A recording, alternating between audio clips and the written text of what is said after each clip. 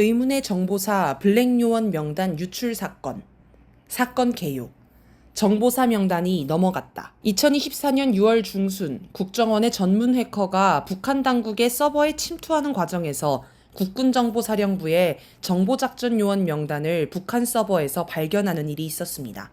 발견한 정보는 수백, 수천 건이며 현직 정보요원의 암호명, 본명, 나이, 위장직업과 업체명, 활동국가 등 신원정보가 상당수 포함되었고 정보사 전체 부대원 현황 등의 기밀 정보도 있었다고 합니다. 국정원은 곧바로 국군방첩사령부에 신고하였고 방첩사는 유출 경로를 파악한 끝에 한 군무원의 개인 노트북에서 문제의 명단을 발견, 수사에 착수했습니다.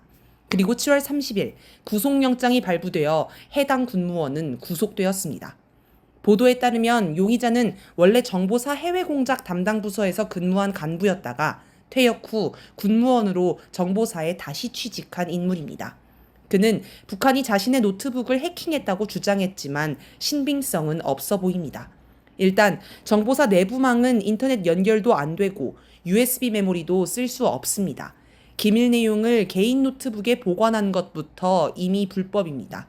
수사 결과 용의자는 정보사 컴퓨터를 열람하며 필요한 정보를 손으로 직접 써서 옮겼다고 합니다.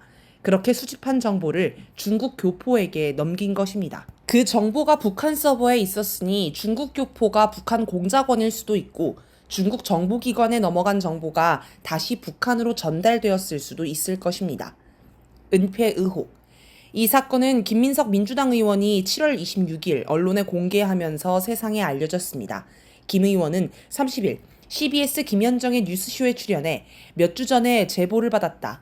그것을 확인하기 위해 국방부, 군 측에 자료를 요청했는데 현재 수사 중인 사안이라서 자료를 제출하기 어렵다는 답변을 받았다. 그 자체가 제보받고 추정했던 사실이 존재하는 것으로 판단해 추가 확인을 하는 과정에서 언론에 보도됐다. 라고 했습니다. 그런데 용의자는 방첩사의 압수수색을 받은 뒤 한 달도 더 지난 7월 30일에야 구속되었습니다. 우리 정보망이 통째로 날아갈 중대 사건인데 구속도 안 하고 직무 배제만 했다는 말입니다. 어이없게도 용의자는 그동안 정보사로 출퇴근하며 수사를 받았습니다.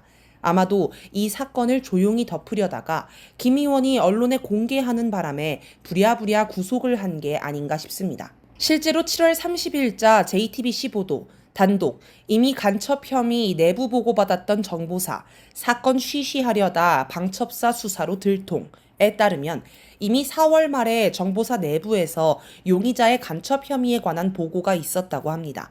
그런데 정보사는 국회 정보위원회 전체 회의에서 이번 사건에 대해 인지하게 된 시점은 6월경으로 유관 정보기관의 통보로 알게 됐다라고 했습니다.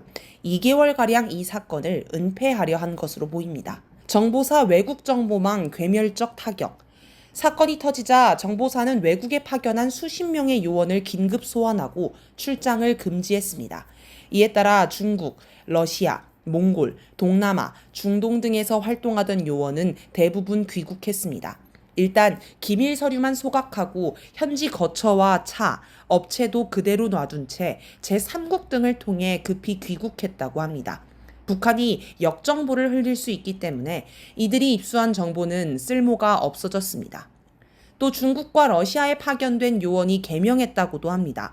그런데 이게 언론에 나왔으니 중국, 러시아는 최근에 개명한 한국인이 누군지 확인하면 누가 블랙 요원이었는지 알 수 있는 상황이 되었습니다. 정보 요원에는 화이트 요원과 블랙 요원이 있습니다. 화이트 요원은 상대국의 외교관 신분으로 공식 등록하고 활동하는 정보 요원입니다. 이런 요원들의 활동은 상대국의 감시 아래 있다고 보면 됩니다.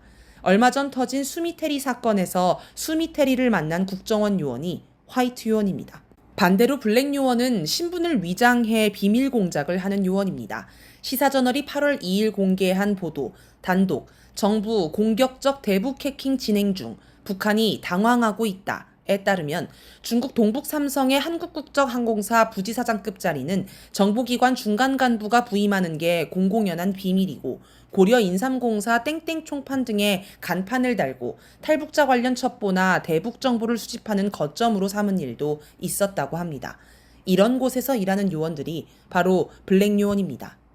그런데 보통 비밀 요원이라고 하면 국정원을 떠올리지만 정작 외국 현지에서 대북 정보 사업을 하는 사람은 주로 정보사 요원이라고 합니다. 정보사 요원이 군인 신분을 숨기고 민간인으로 위장해 활동하는 것입니다. 국정원은 정보사 활동 예산을 제공하고 이들 요원의 활동을 지휘, 감독하기도 합니다. 따라서 정보사의 블랙 요원이 털려도 국정원이 있으니 괜찮다고 볼 일이 아닙니다. 대한민국 외국정보망이 통째로 날아간 초유의 비상사건이라고 봐야 합니다. 우리 정보망의 괴멸적 타격입니다. 윤건영 민주당 의원은 1일 MBC 김종배의 시선집중에 출연해 분명한 건 건국 이래 최대의 정보 실패, 방첩 실패 사건이라고 했습니다. 그는 블랙 요원의 명단이 유출됐다는 건 정보망 자체가 무너진 것이라며 정보기관에서는 블랙 요원을 귀국시켰다고 하는데 쉽게 납득되지 않는다. 가족들이 남아있을 수 있는데 블랙 요원만 귀국하면 뭐 하는가? 라고 지적했습니다. 이어 일례로 귀국 조치할 때 급하게 기밀 서류들만 소각하고 왔다는 건데 그럼 운영했던 사무실이라든지 업체는 그대로 두는 것이다. 그렇게 되면 블랙 요원과 현지에서 협조했던 망들은 다 드러날 수밖에 없다. 라고 주장했습니다. 경찰청 공안문제연구소 출신 유동열 자유민주연구원장도 20년, 30년이 되어야지 그동안에 우리가 구축해왔던 대북정보망이 다시 복구되는 그런 상황이라고 말했습니다. 블랙 요원을 양성하는 것도 큰일이지만 이 요원이 다른 나라에 가서 정착해 정보망을 구축하려면 상당한 시간이 필요합니다. 예를 들어 영화 공작의 실존 주인공인 박채서, 암호명 흑금성은 정보사에서 일하다가 대북 공작을 위해 광고 제작자 이웃집으로 이사를 가 친분을 쌓고 함께 회사를 설립해 대북 사업을 하였습니다. 그는 북한이 자기 뒤를 추적해 군 경력이 있는 것을 알아도 문제가 안 되도록 일부러 술과 도박에 빠지고 사기를 쳐 군에서 쫓겨났습니다. 당시 그의 주변 정보사 요원들도 잘 나가던 요원이 도박에 빠져 신세 망쳤다고 여길 정도였습니다. 이렇게 철저히 신분 위장을 하려면 몇 년은 기본이고 10년 이상이 걸리기도 합니다. 그리고 오랜 기간 외국에 머물며 여러 협조자를 물색해 정보망을 구축해야 합니다. 그렇게 어렵게 마련한 블랙 요원과 정보망이 한순간에 날아갔으니 비상도 이런 비상 사건은 없습니다. 한편 한동훈 국힘당 대표는 사건이 터지자 민주당이 간첩법 개정을 막아서 발생한 일이라며 남 탓에 열을 올렸습니다.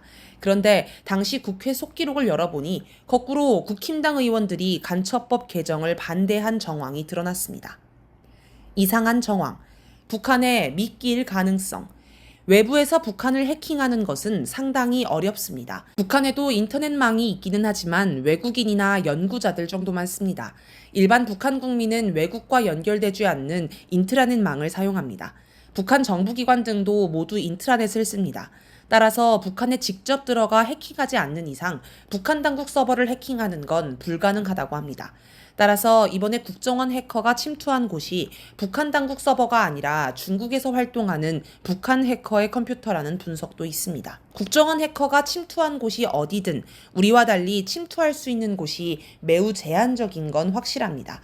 그렇다면 북한 역시 외부 해커가 자신의 어디를 해킹할지 예상할 수도 있을 것입니다. 그렇다면 북한이 일부러 국정원 해커가 드나드는 길목에 블랙 요원 명단을 미끼로 놔두고 가져가도록 낚시를 한 건 아닐까요? 북한이 정보사 블랙 요원 명단을 입수했다면 무엇을 했을지 예상해 봅시다. 먼저 자신이 입수한 정보가 사실인지 확인을 할 것입니다. 역공작일 수도 있기 때문입니다. 그리고 명단에 있는 요원과 접촉한 사람들을 파악하고 어떤 정보가 새나갔는지 확인한 뒤 여러 대책을 세웠을 것입니다. 블랙 요원들에게 역정보를 흘릴 수도 있고 그들이 활동하던 나라에 명단을 전달할 수도 있습니다. 영화에서는 첩보원을 암살하거나 납치하는 장면이 종종 등장하지만 실제로는 제3국에 있는 상대국 첩보원을 그렇게 극단적으로 처리하는 일이 많지 않습니다. 제3국에서 충돌이 일어나면 외교 문제로 번질 수 있기 때문입니다. 따라서 북한이 블랙 요원 명단을 써먹을 만큼 다 써먹은 후에는 결국 이들이 더 활동을 못하게 추방하고 끝낼 것입니다.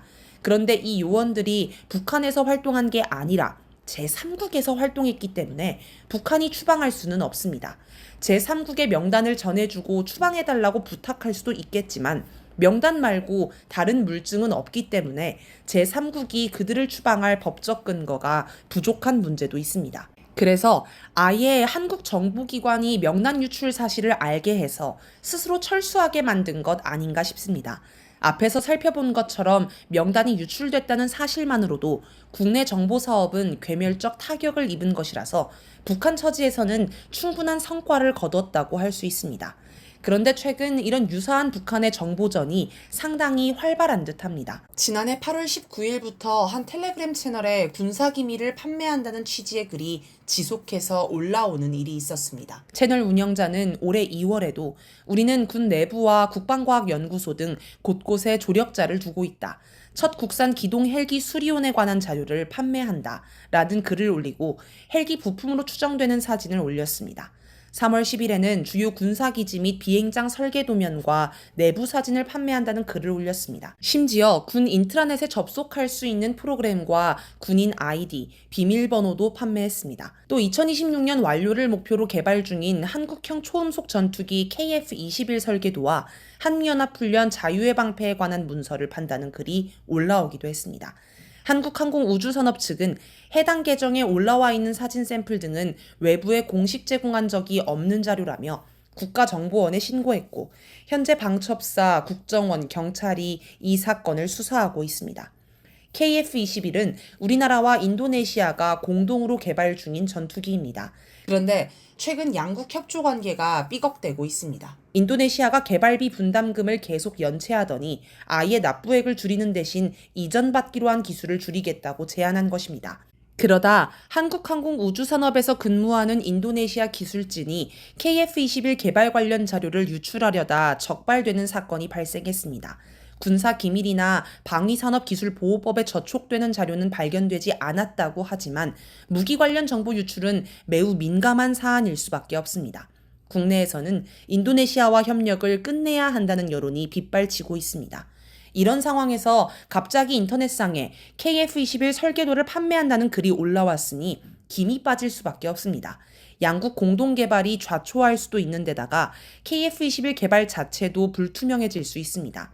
외국의 사례도 보면 거액을 들여 전투기를 개발했다가 판매할 곳을 못 찾아 결국 사업을 접는 일이 없지 않습니다. 게다가 앞서 한국항공우주산업이 유출된 사진을 두고 외부에 공식 제공한 적이 없는 자료라고 했는데 그렇다면 어딘가에 비공식적으로 제공한 적은 있을 수 있습니다. 그런데 그게 유출되었으니 그 나라와 우리의 신뢰관계는 깨졌다고 봐야 합니다. 한편 올해 3월 28일 러시아 정보국 브로커라며 텔레그램으로 접근한 인물에게 2급 군사기밀 등을 12차례나 보낸 30대 특전사 대위가 적발돼 징역 10년과 벌금 5천만 원을 선고받기도 했습니다. 이런 일들의 배후에 북한이 있을 수 있겠다는 생각이 듭니다. 미국이 오래전부터 북한의 해킹 기술이 뛰어나다는 평가를 해왔고 아무래도 북한이 한국을 주적으로 규정하고 있기 때문에 이런 식으로 우리 군을 혼란에 빠뜨리는 정보전을 할 가능성이 있습니다. 누가, 왜 제보했을까? 김민석 의원은 누군가의 제보를 받아 이 사건을 알았다고 했습니다. 그럼 대체 누가, 왜 제보했을까요?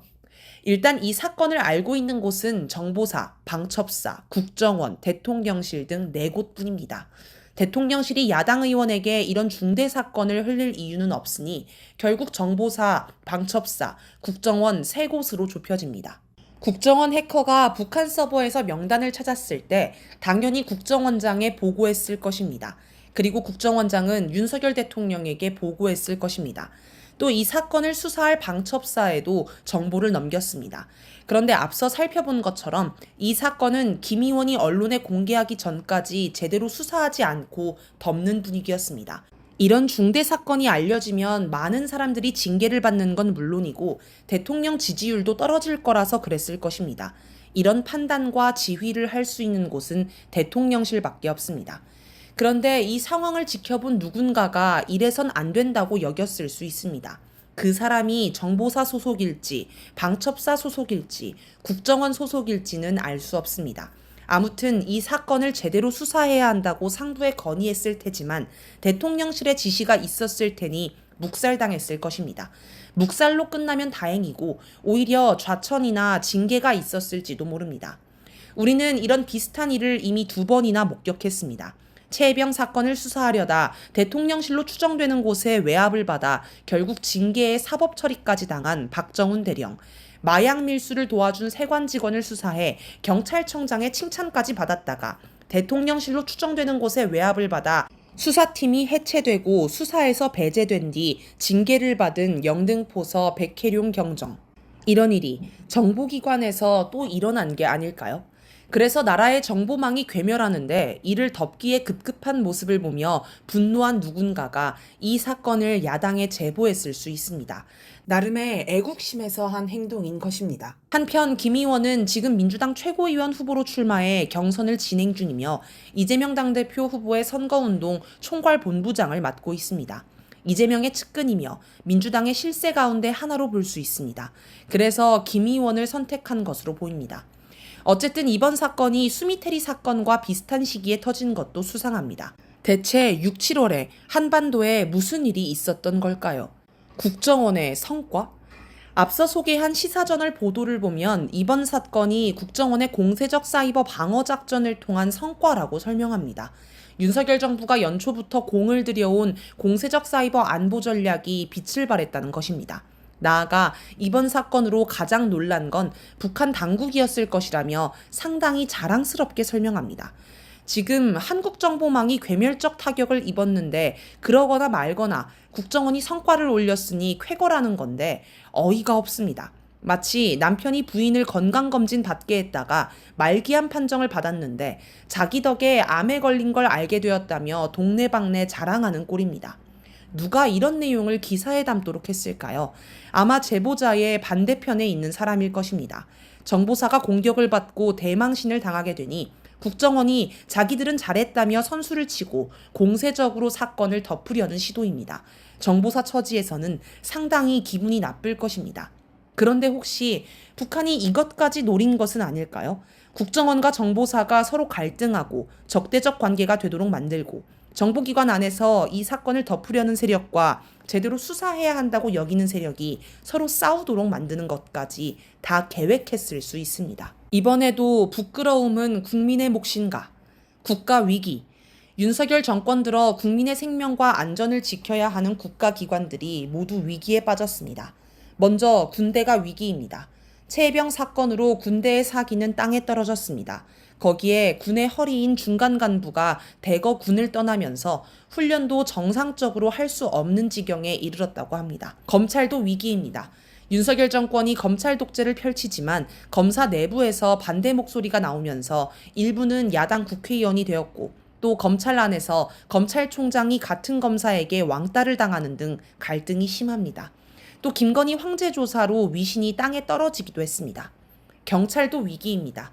예산 부족으로 출장비와 초과 근무 수당을 받지 못하는 일이 생기면서 경찰 내 불만이 커지고 있습니다.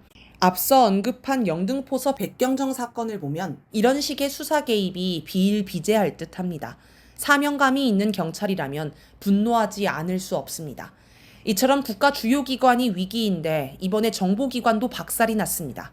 참으로 큰일입니다. 북한은 무슨 생각을 할까? 지난 7월 25일 도널드 트럼프 미국 전 대통령이 친팔레스타인 시위대가 성조기를 불태운 사건을 두고 수치스러운 광경이었다며 김정은 국무위원장이 우리를 어린애로 보고 있다라고 주장했습니다. 북한이 미국의 정치 혼란을 비웃을 거라는 얘기입니다. 그럼 이번 정보사 블랙요원 명단 유출 사건을 두고 북한은 한국을 어떻게 볼까요? 왠지 비웃는 정도를 넘어설 것 같습니다.